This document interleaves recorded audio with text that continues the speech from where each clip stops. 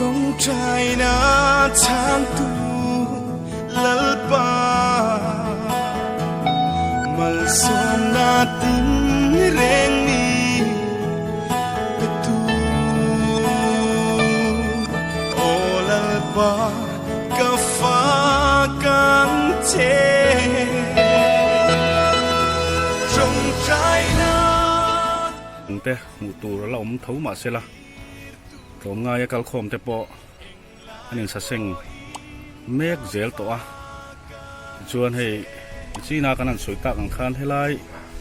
ku pian in kan in ka bung kong bulami te ang hi ti hian a maktak main ni zan lama tangin mutmu po tu to lo ni ma se anin hi kang lovin ti hian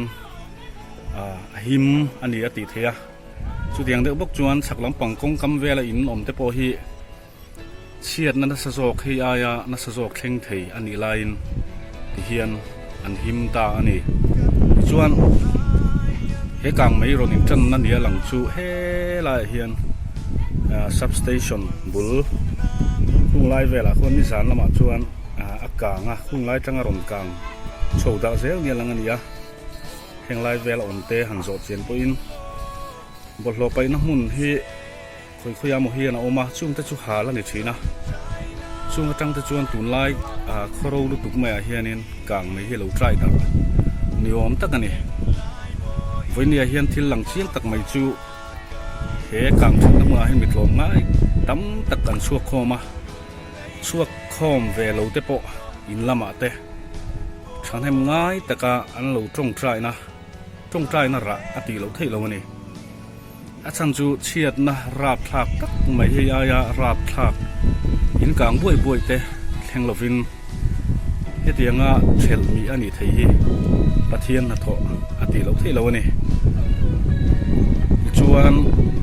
avoin chuan hei kan kalna lampang hi kan an ti lang ani a lunglei khuwa in voin hian chiat na namen lo atuara kang mi awangin amai ro chu mi kara chuan pathian na tho maktak mai mi khap kar lek poa thleng thri na chu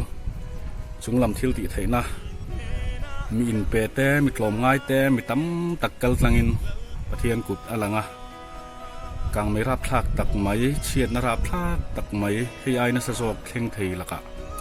lunglei khopui hi kan hu phak china chun chan him ani ti hi he video top na hian kan mang du ani du ning mun ani khoi mo lai chung veng de khung te la ma ei hi thang fiang ven thang lam kha ni tabung kong thang